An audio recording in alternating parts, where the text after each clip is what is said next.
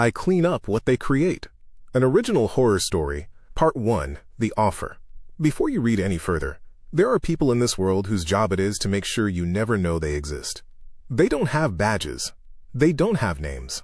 They have files, tranquilizer guns, and a very particular set of instructions. I know this because I was one of them. And what I saw in that job, I still can't sleep past 3 in the morning. If you want more stories that will keep you up at night, subscribe to Red State Horror on YouTube. New stories every week. Now, let's begin. Let me tell you something about the truth. People spend their whole lives demanding it. They march in the streets for it. They build whole careers chasing it. And when you actually hand it to them, most of them aren't built to hold it. The truth is heavy. The truth has teeth. I have divided the story into 11 simple parts to feel the reality smoothly. I know this because I carry it every single day. My name is Mara Voss. Before any of this started, I was no one worth mentioning. I worked dispatch at a freight company in a forgettable industrial town called Graybell, wedged between a chemical plant and a river nobody swam in anymore. I had no family I kept in regular contact with, no partner, and no ambitions worth naming. I rented a 1-bedroom above a laundromat and ate the same 3 meals on rotation. If I had died at 31, the world would have shuffled on without missing a step. That's why they came for me.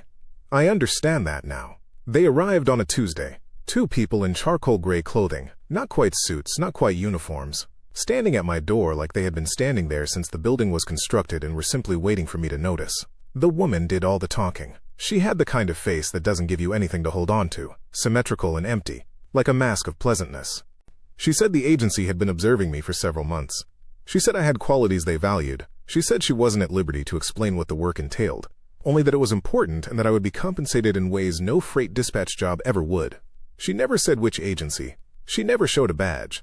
I didn't ask. I left the key on the counter and walked out with it. The next 11 months were unlike anything I had the vocabulary for.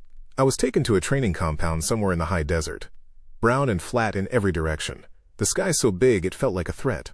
I was broken down physically and rebuilt. I learned to track, to move without sound, to read people from across a room. I learned things about psychology that made me understand human behavior in ways that were less illuminating than they were unsettling.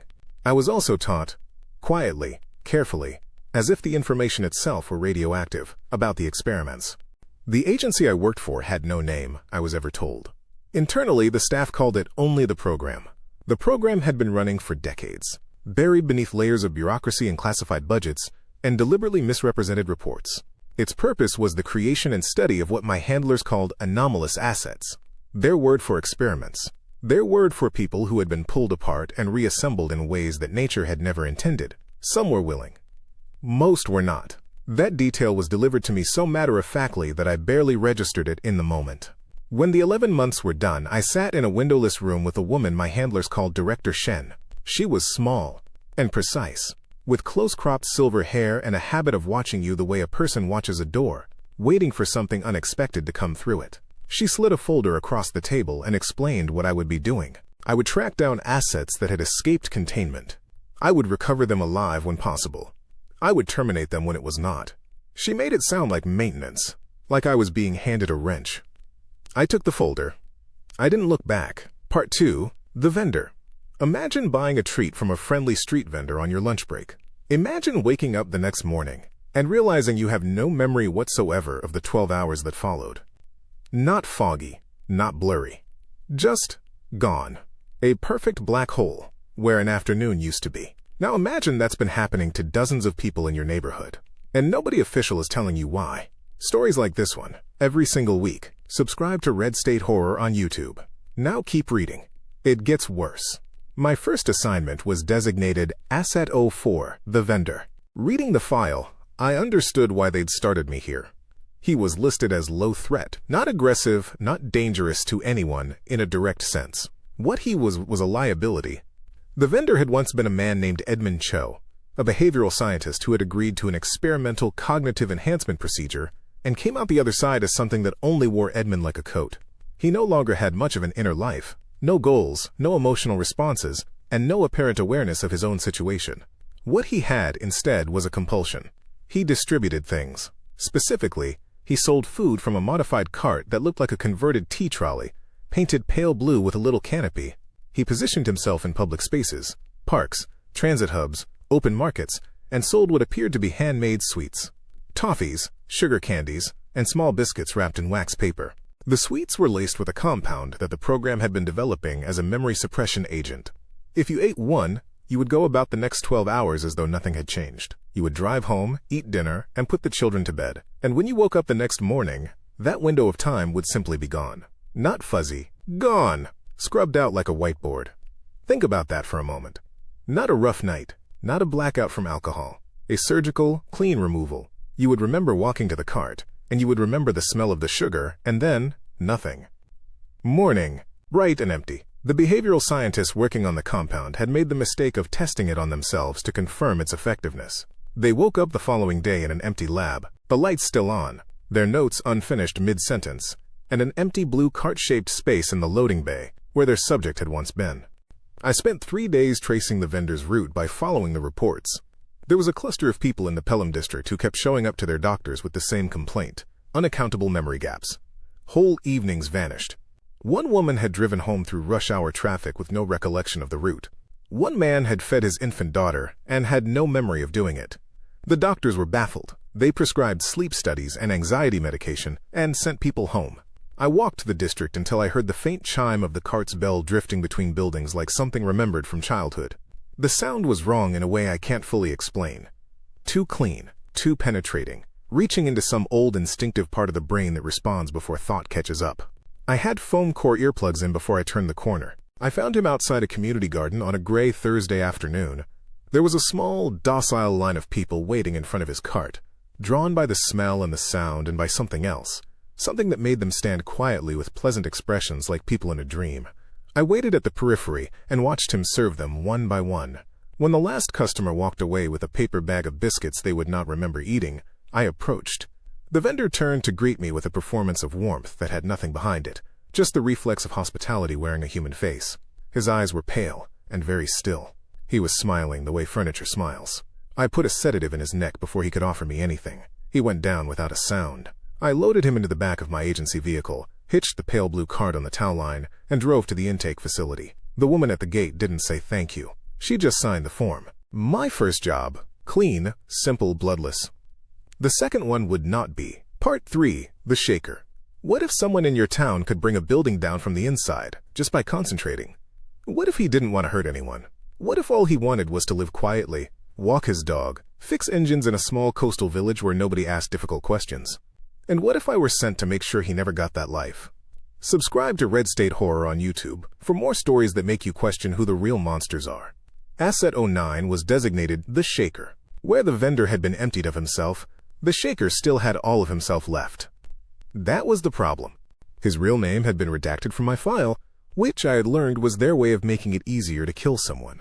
They called him the Shaker because the experimental neurological procedure they had subjected him to had given him the ability to generate localized seismic events, concentrated, surgical tremors that he could direct at a structure with enough precision to bring it down from the inside out. Not random. Targeted. He could feel the weak points in a building the way a doctor feels a pulse, and he could exploit them with a thought. He had demonstrated this ability by collapsing the east wing of the containment facility where he had been held. The wing had been reinforced concrete, 3 feet thick, built specifically to hold people like him. It took him 11 seconds. 3 people were inside. The report listed their names. I read them. I always read the names. The Shaker had gone somewhere remote. A coastal village called Dunmurray, population 400, perched on the edge of a gray granite headland where the wind came off the sea cold and horizontal and smelled like iron. He had a new name, new papers, and an ordinary life in a place where nobody knew to look for him. He fished on weekends. He fixed outboard engines out of a converted garage. He joined the pub quiz team. By all accounts, people liked him very much. My instructions were to terminate, not recover. The program assessed that no existing structure could safely contain him, and that the risk of a second incident, this time in a populated area, was unacceptable. They had written the word unacceptable in bold in the file, as if I needed the emphasis to understand what they wanted. I spent a week in Dunmurray. I took a room at the only guest house. I ate breakfast next to people who talked about the weather and the price of diesel, with the measured contentment of people whose lives were small and entirely sufficient. I watched him from a distance, collecting samples from his recycling bin on Tuesday nights to confirm the DNA match. He had a dog, a large, scruffy gray thing with the temperament of a haystack and the endurance of a horse. He walked it every evening along the headland path. The same path, the same time. And when the dog ran circles around his feet, he threw his head back and laughed like a man who had decided, deliberately and with full awareness of the decision, to try being ordinary. And was succeeding, was genuinely, visibly, fully succeeding. I confirmed his identity on a Wednesday. I noted the location of his home, the layout of the surrounding streets, and the time his lights went off. I did what I had to do on a Thursday night when he came home from the pub through the quiet dark, and the village was tucked in and sleeping. It was fast. I made sure of that. I stood on the headland afterward and listened to the waves break against the granite below, again and again, patient and indifferent, and I thought about a man laughing at a gray dog on this same path not 24 hours ago. They sent a retrieval team for the body before dawn. Nobody in Dunmurray ever found out what had happened to their engine fixer. As far as the village was concerned, he had simply moved on, the way quiet people sometimes do without saying goodbye properly. I imagined someone looked after the dog. I went home and slept for 14 hours and didn't dream. Part 4. The Hollow. Picture a hiking trail you know. A popular one, families, joggers, and weekend warriors with walking poles and energy bars. Now imagine there are bones along that trail. Human bones, arranged neatly, as if something along that path still remembers what tidiness felt like, even though everything else human in it is long gone. And I was sent into those woods alone, on purpose, smelling like prey. That image is going to stay with you. So will the rest of Red State Horror Stories. Subscribe on YouTube and never sleep comfortably again. Asset 17, The Hollow. This one I was told to bring back alive, which was the part of the briefing I found most alarming, because everything else in the file suggested alive was a generous word for what the Hollow currently was. He had once been a promising marine biologist. Young, apparently brilliant, apparently willing. The file used the word consented in a way that had the careful blankness of a legal document written by someone uncomfortable with what it was documenting. The program had subjected him to an accelerated metabolic enhancement procedure intended to improve human endurance in extreme environments. The theory was elegant. The execution was catastrophic. His metabolism had continued to accelerate past any survivable parameter. His body should have died. Instead, it had adapted, continued adapting, and in adapting it had become something that required enormous continuous input to sustain itself. The Hollow ate people. Not because he was malicious. That was the part that sat with me, reading the file. There was no note in the file of aggression for its own sake, no suggestion of cruelty. Just necessity. Just a body that had been re-engineered into something that burned through calories the way a furnace burns through wood, and that had found its solution. The file was clinical about it. I found the clinical tone considerably more disturbing than horror would have been. His eyes had gone pale. The irises faded to the color of old paper. His skin had taken on a yellowish translucency that made him look like something was slowly removing him from the inside. His movements, the file included footage, were that particular combination of languid and explosive that you see in big cats. Slow until they aren't. Still, until there's no warning left. He had taken up residence in the Arrowhaven Nature Preserve, 7,000 acres of dense forest popular with hikers and trail runners. The program had arranged a temporary closure, a story about sinkholes and unstable terrain entirely plausible, which meant when I walked in through the eastern gate in the early morning fog, it would be just the two of us among those 7,000 acres. I had not showered in a week. No deodorant. I needed him to smell me. Because a creature that hunts by proximity and instinct is much easier to catch when it comes to you rather than the other way around. The first hour was an ordinary forest. Bird sounds, soft mud underfoot, the smell of wet bark and fungus. Then the birds stopped. I began to notice the signs the file had described. Branches broken at the wrong angle, pressure marks in the mud that didn't match any cataloged local animal, and a clearing where the undergrowth had been flattened, and something had rested for a long time. And then the bones, human bones, picked absolutely clean, arranged along the edge of the path with a tidiness that turned my stomach in ways the bones themselves did not. Femurs placed parallel, ribs stacked, a skull positioned facing the trail. Tidy. Careful. Whatever had been left in him, it remembered order. He found me before I found him. I didn't see him in the canopy. I had been looking up at intervals the way the file advised, but he moved without rustling, without displacement, without any betrayal.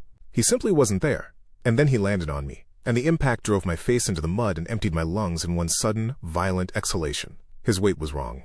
Too light for his strength. The body of something running on empty, burning through itself even as it moved. I got one hand free and put the first tranquilizer into his side by feel. It did approximately nothing. He barely paused. He shifted his grip on my arm. and his teeth closed on my forearm with a deliberate, mechanical efficiency that I can still feel precisely if I think about it, even now, years later. Not savage, purposeful, like being bitten by something that has learned exactly where to bite. The pain was very large and very clear, and I have learned that extreme pain has a clarifying effect if you let it. I let it. I got the second tranquilizer into his neck when he moved to reposition. Something in that combination made him hesitate. A half-second stutter in his movement, his head turning as if hearing a sound from far away. The third and fourth put him down. I lay in the mud with his unconscious body on top of me for a moment that felt longer than it was. The forest was completely silent. Then, somewhere in the middle distance, a wood thrush started singing, bright and clean and indifferent. I restrained him with the reinforced equipment. I triple secured the muzzle. He was lighter than I expected, carrying him back to the vehicle. Whatever was happening inside his body, it stored nothing. Everything went somewhere else. I delivered him. I took 6 weeks off. I spent most of it lying on my couch in Graybell, watching the same spot on the ceiling and wondering whether a person who does the things I do can still legitimately call themselves a person. I didn't arrive at a satisfying answer. I went back to work anyway. Part 5. The Charmer. What would it feel like to be in the presence of someone so compelling that your own rational mind just switched off? Not hypnotized, not tricked, just genuinely, involuntarily drawn in the way a moth doesn't decide to go toward the flame. Now imagine that person was manufactured, deliberately engineered to do that to you. And imagine I had to sit across a dinner table from him while pretending to be charmed. Asterisk. Subscribe to Red State Horror on YouTube, and ask yourself how you'd know if you'd ever met someone like Elias. Asset 22. Elias. They had not given him a creature name. That was unusual, and the reason, I suspected, was that he still looked too human for a creature name to land correctly. He hadn't been physically altered in any significant way. What the program had done was subtler, a series of neurological treatments intended to enhance what the file called social influence capability, for purposes described only as diplomatic applications.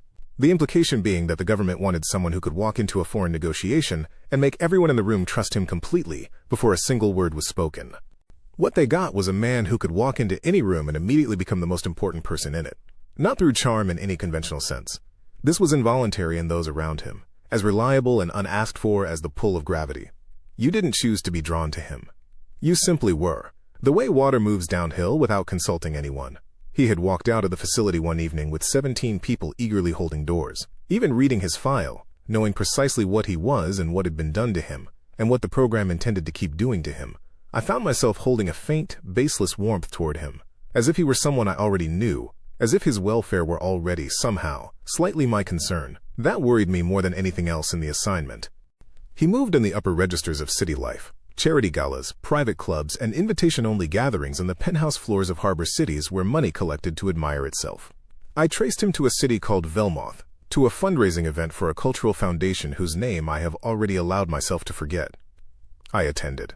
I wore a dress the agency paid for. I stood near the drinks and watched him work the room. He found me in 8 minutes. His instinct, I realized, was to locate the person most resistant to him, to find the one outlier in the room who hadn't yet fallen toward him like iron filings toward a magnet, and test that resistance.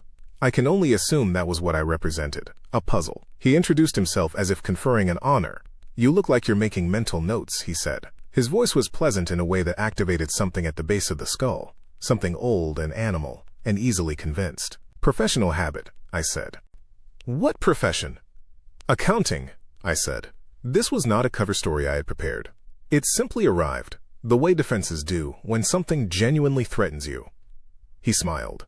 "You don't look like an accountant. Nobody looks like what they are." He laughed at that, genuinely, a brief, unguarded sound. And in that unguarded moment I felt the full edge of what everyone else in the room was already drowning in. A warmth, a sense of rightness about his presence, as if standing near him were the correct thing to be doing, as if anywhere else would be a small, unnecessary loss. I took a step back, without consciously deciding to. He noticed, his eyes sharpened with something that might have been interest. I let him take me to dinner. I let him believe he was succeeding at whatever he thought this was. When the evening ended and he led me through the back of the restaurant toward the private car park, I waited until we were fully alone. I put the sedative in his wine glass when he turned to watch something across the street. He was down in 4 minutes. He was tall and broad, and getting him into the vehicle was inelegant and effortful, and I managed it before anyone came to investigate the sound. I spent a long time scrubbing down in the shower that night, not because of anything that had happened between us, Just because of proximity to whatever, he was left with something on the skin, faint and residual and thoroughly unwelcome, like warmth from a fire you know you shouldn't be standing near. Part 6. The Composite. He came out of the cave and sat down in the afternoon light and looked across the valley like a man who'd done this every day of his life. He had the eyes of someone who had accepted something. I had a rifle trained on his chest from a ridge above him. He looked directly at me. And he did not run. Subscribe to Red State Horror on YouTube. This story is only getting darker from here. Asset 31. The Composite. What happens when you splice human genetic material with that of several large primates in an attempt to create an enhanced soldier with superior strength and endurance? You get the composite. And you get 2 dead scientists during the escape. The file noted their names in the incident summary and moved on without ceremony, the way files do. The program wanted the body intact, specifically the brain, which meant my approach needed to be precise and long range. They gave me a rifle I had adequate training in and a set of coordinates for a cave system on the outer edge of the Vareth Plateau, which was federally controlled land with no civilian population for 30 miles in any direction. I set up on a ridge in the early afternoon. I had a flask of cold coffee and a radio that picked up nothing but static. I settled in and waited. The composite emerged at 4:15 in the afternoon, moving with a rolling, deliberate gait that was neither fully human nor fully anything else. Weighted forward, arms slightly long, each footfall placed with a care that suggested he was aware of his own strangeness, in a way that had settled into something like dignity. He came out of the cave mouth and sat down on a flat rock and looked at the valley below him, the light going amber and long across the rock. Then he turned his face toward the ridge.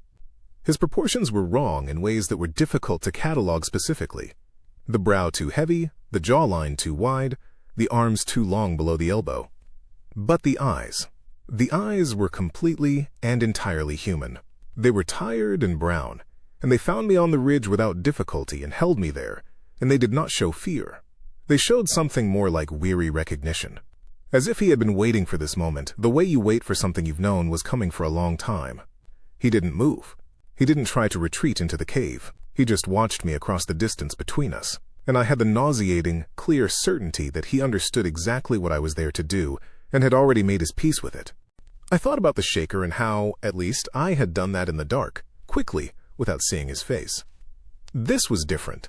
This was broad afternoon light and direct eye contact, and something was looking back at me with human eyes from inside a body that had been built to be used and discarded. I chambered the round.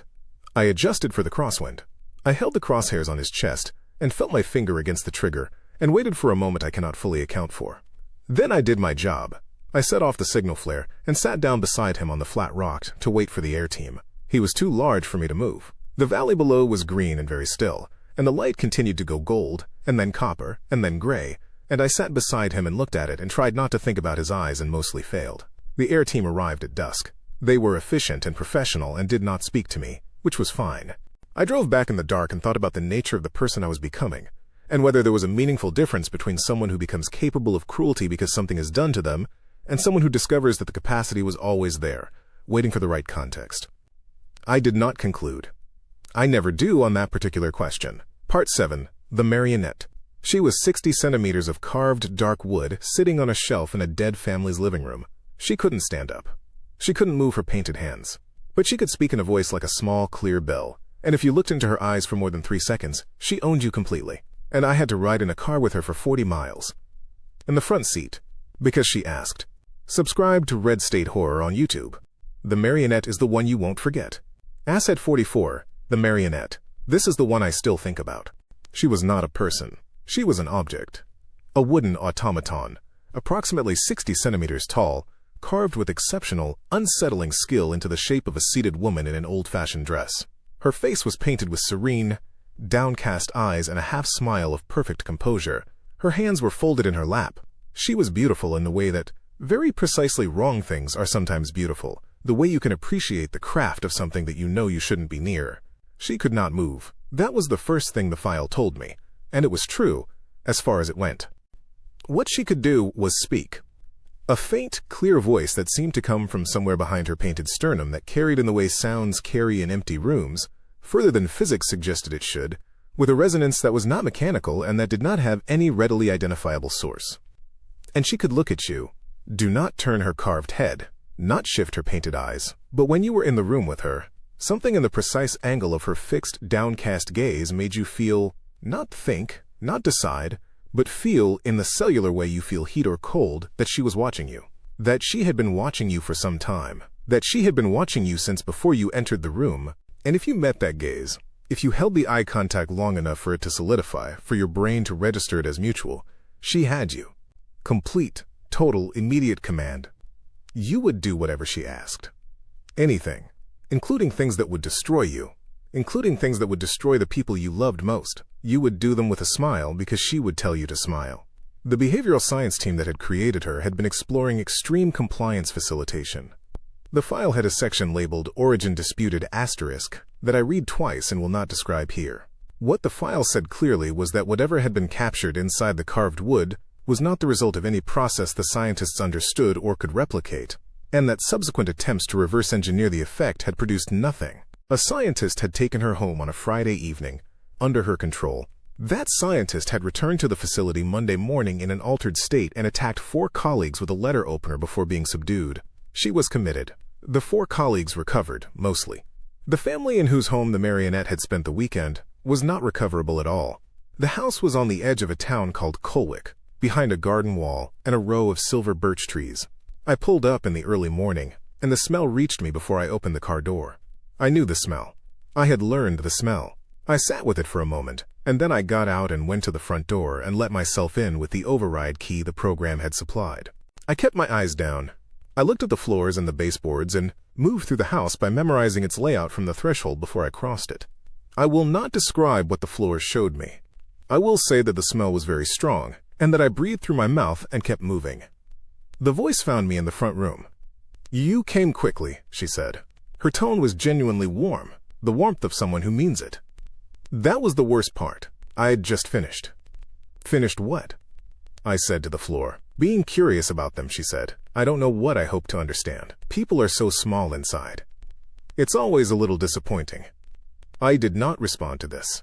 I found her by sound, keeping my eyes averted, crouching down until my hands found the small carved weight of her, and I picked her up and turned her face down against my forearm and walked back out of the house. She talked the entire way to the vehicle. She talked in the vehicle. She said she wanted to ride in the front seat, and I put her there because I needed her in my eye line, and I kept my gaze precisely 6 inches above her painted face for 40 miles. She talked about the family. She talked about me. She talked about the nature of cruelty. Whether there was a meaningful distinction between cruelty that was honest about what it was, and cruelty that dressed itself in the language of necessity and public safety. She said she found the second kind more interesting than the first because it required so much more imagination. She said I was becoming interesting. She said she had seen something in me that I would not see in myself for quite some time, and that when I finally did, she hoped I would remember this conversation. She said she thought we would speak again. I kept my eyes on the road and my hands on the wheel, and I delivered her to the intake facility, and I asked for a week off. They gave me 4 days. The woman at the desk said it like she was doing me a favor. Part 8. The Wraith.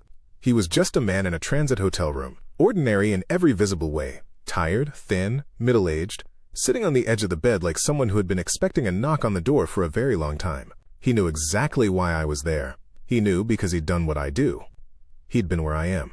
And the last thing he said to me before I raised my weapon, I still hear it. Subscribe to Red State Horror on YouTube. Sometimes the scariest thing in the story is the mirror. Asset 51, The Wraith. Entirely human, as far as the file could confirm. No visible modifications. No anomalous physical characteristics. No special ability that the program had engineered. What the Wraith had was information. He had been, at some point, a researcher embedded within the program, deep enough to know things that had never been classified, because classifying them would have required acknowledging they existed. He knew about experiments that had been deleted from every official record.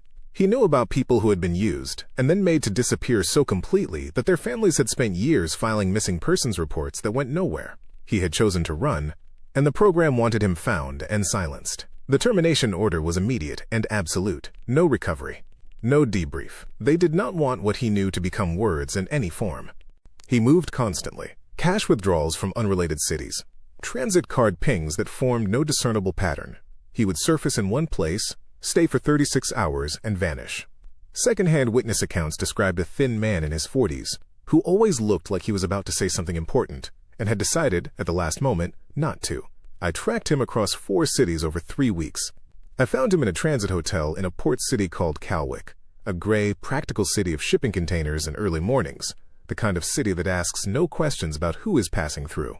He was sitting on the edge of the bed when I let myself in with the bypass tool, not sleeping, not reading, just sitting, hands in his lap, in the amber light of a bedside lamp, in the same posture of patient waiting I had seen in the composite on his rock above the valley. He looked up when I came in, and he did not look surprised. "I wondered when they'd send someone," he said.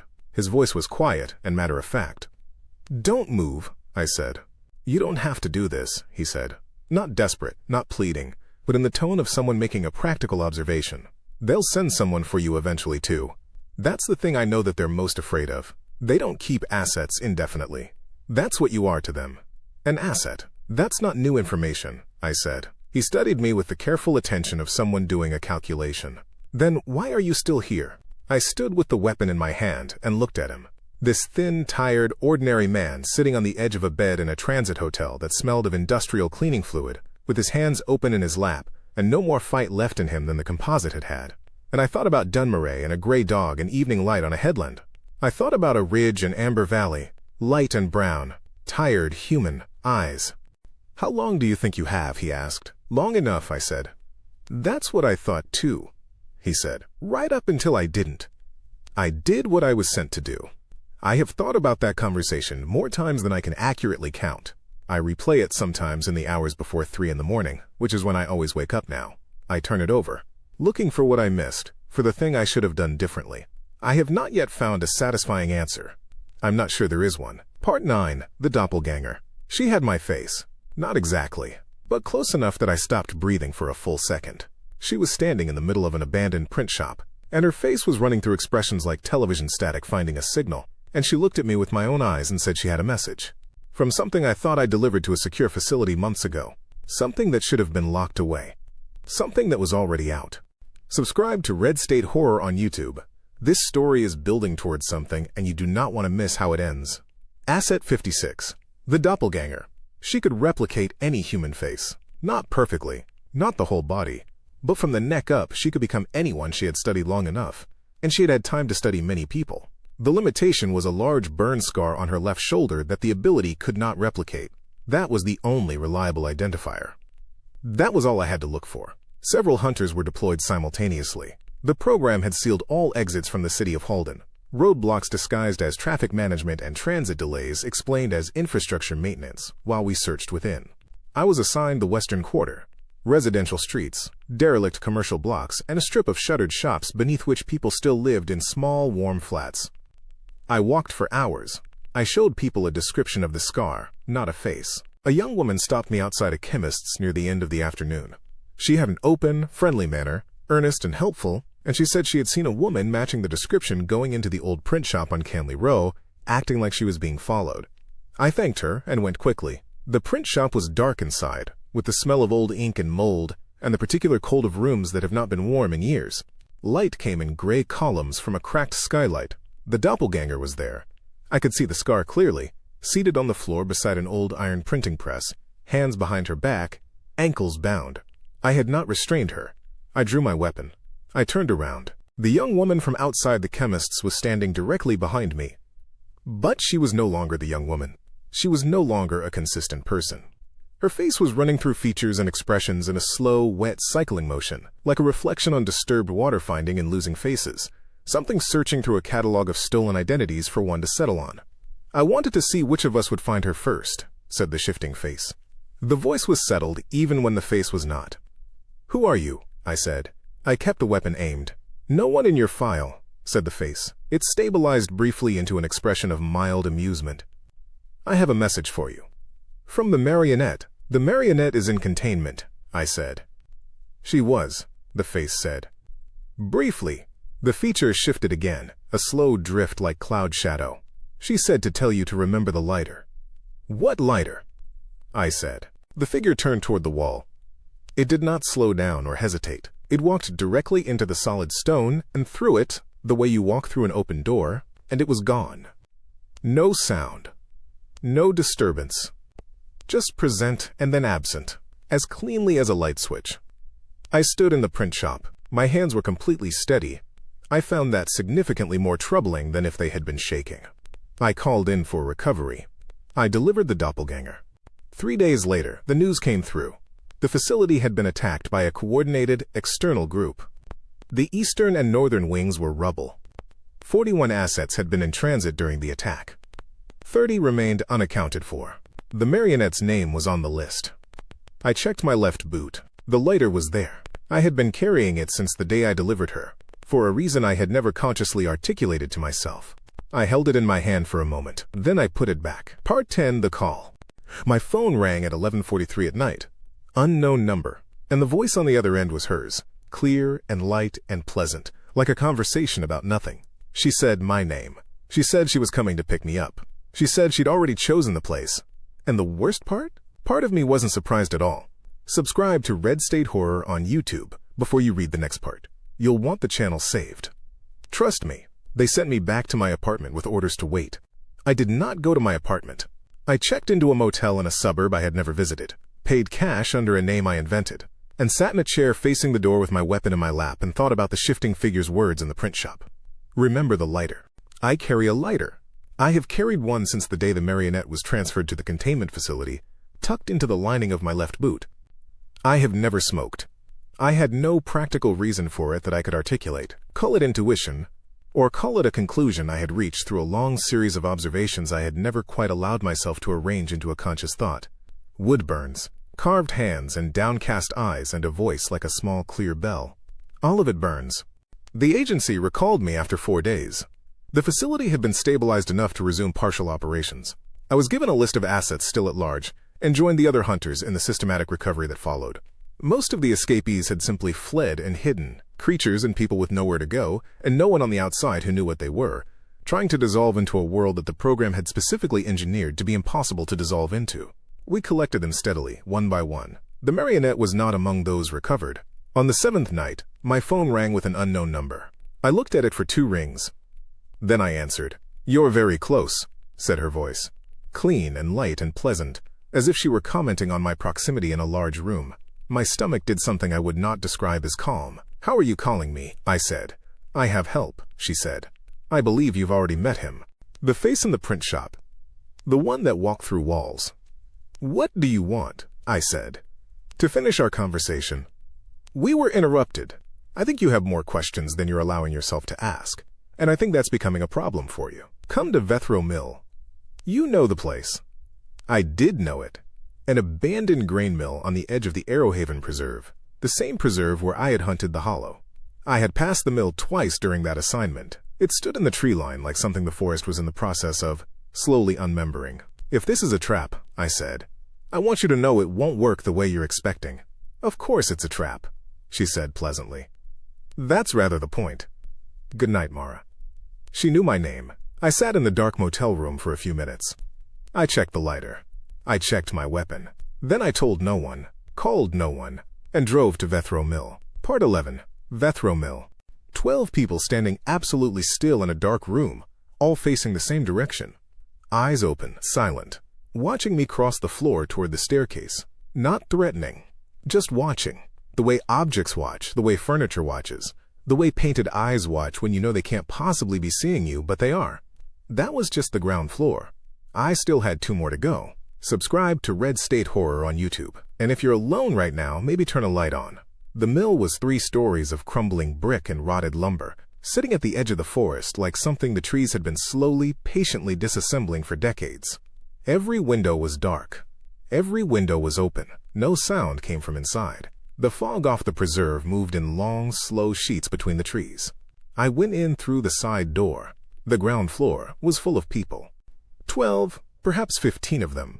Men and women in ordinary clothing, some in work gear, some in pajamas, one in a dinner jacket as if lifted from a function mid-evening. They were all awake. They were all standing. They were all entirely still, arranged in loose rows like a congregation with no altar to face, and as I crossed the floor, their heads turned slowly to follow me without any of them moving their feet. 12 pairs of eyes, tracking a single point of movement through the dark. Her people, all of them, under complete command. The shifting figure stood at the foot of the stairs. It had chosen a face I didn't recognize. Young, unremarkable, neither particularly friendly nor hostile, like a face assembled from averages. It looked at me. It gestured upward. I went upstairs.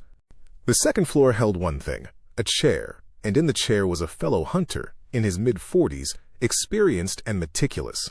He was unconscious but breathing at a regular rhythm. His own weapon was on the floor beside him, unloaded. Someone else's weapon was on the floor 6 feet away. A typed note had been placed on his chest. He's fine. He'll wake up. This is between us.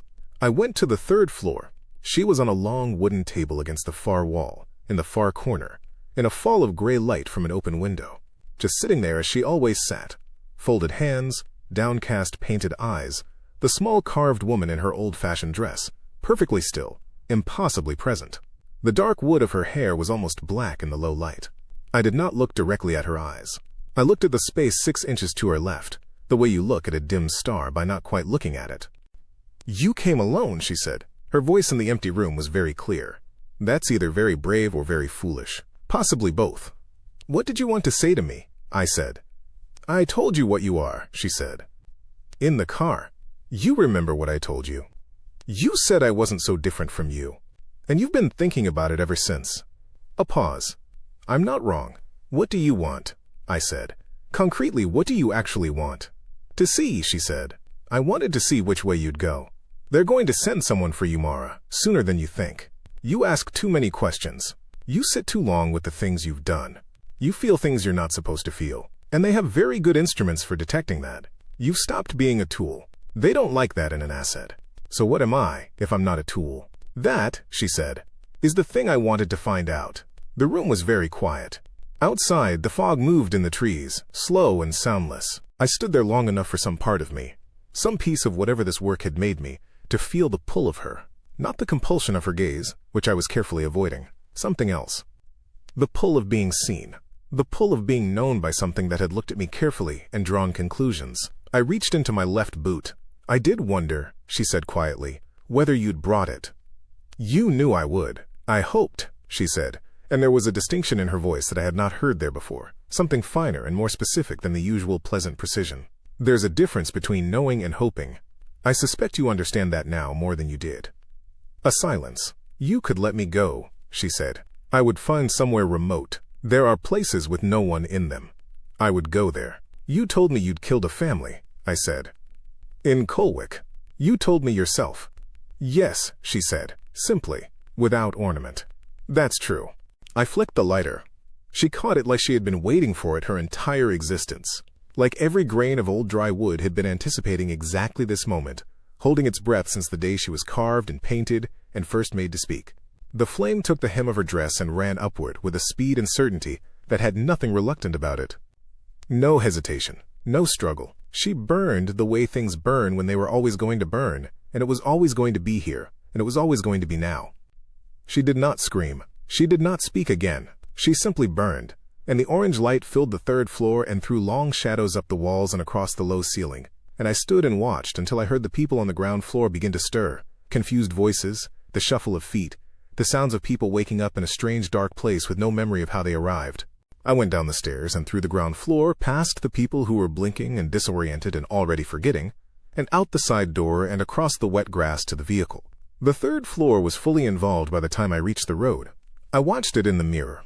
Orange light in the treetops, smoke rising pale against the night sky, until the forest curve of the road took it from view. The shifting figure was standing at the verge as I drove past. It watched me go with the steady neutrality of something that has no strong feelings about outcomes. I kept driving. I have not seen it since. Epilogue. Where I am now. They haven't come for me yet. But they're coming.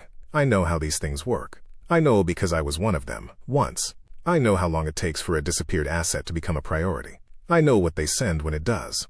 I know because I used to be what they sent. If you want to know if there's more to this story, subscribe to Red State Horror on YouTube. This isn't over. It has been 3 months since Vethro Mill. I filed a report that described the marionette as destroyed in a fire of undetermined origin, possibly related to assets with combustion-related capabilities that remain at large. The report was accepted without follow-up questions. They gave me a week off. I did not go back to Graybell. My apartment above the laundromat has a new tenant. I saw the light on in the window when I drove past to collect the few things I had left in the storage unit 3 buildings down. My old position at the freight company has been filled. That life sealed itself shut behind me, with the quiet finality of a door that was never really mine to begin with. I'm writing this from somewhere I won't name. Not a city, not anywhere that appears in any file I was ever given access to. I arrived here in the dark, paid a month in cash, and have been here since. I don't know precisely when the program will decide I'm a problem. I know they will. I understand how the accounting works. I've done the accounting. A hunter who doesn't return is an anomaly. An anomaly that doesn't resurface after 30 days is a threat assessment. A threat assessment generates a file. A file generates an assignment. I know what that assignment looks like. I've carried it. I think about the Shaker's dog, running circles on the headland path in the gray coastal morning, chasing a stick thrown by a man who only wanted to be ordinary. I think about the composite on his ridge, watching the Amber Valley, waiting for the thing he had accepted was coming, and bearing the weight with the patience of something that had learned patience from a long time in a cave at the edge of nothing. I think about the wraith on the edge of the hotel bed, hands in his lap, who said, "That's what I thought too, right up until I didn't," and about whether those words are a warning or a description or both. I think about the marionette. I think about what she said in the car and what she said in the mill, and whether she was evil or whether she was something that had been made and then left to make her own choices with no one to guide it, and whether that distinction matters and whether I am becoming the same question. She was evil. I remain certain of that. Whatever was in that carved wood, it enjoyed what it did, and the enjoyment of that particular thing does not become neutral just because you can explain its origin. She was evil. I remain certain of that. Whatever was in that carved wood, it enjoyed what it did, and the enjoyment of that particular thing does not become neutral just because you can explain its origin. She was evil, and I burned her, and I do not regret it.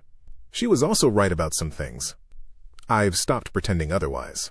I'm not a good person, in any version of that phrase that would comfort anyone. I have killed people who didn't deserve to die. I have delivered living things to institutions that treated them as objects, which may amount to the same thing. I have done these things deliberately and professionally, and often without hesitation, and the fact that I was told to do so does not constitute the defense it once seemed to. But I burned the marionette, and I walked out of the mill, and I drove away from the program, and I am sitting somewhere they don't know about, with the lighter still in my boot, and a weapon under the mattress, and a window that faces the only road in. I think that has to count for something. I stopped being useful to them the moment I sat down on that ridge beside the composite and stayed long enough to feel it. They're right that it's a liability. They're wrong that it's a simple problem to solve. I've learned from the best, after all, in the art of not being easily contained. When you come, and you will come, I'll be ready. I'll see you when you get here. This story is wholly original fiction. All characters, organizations, locations, and events are invented. Any resemblance to real persons, institutions, or incidents is coincidental and unintended. For more stories like this one, subscribe to Red State Horror on YouTube.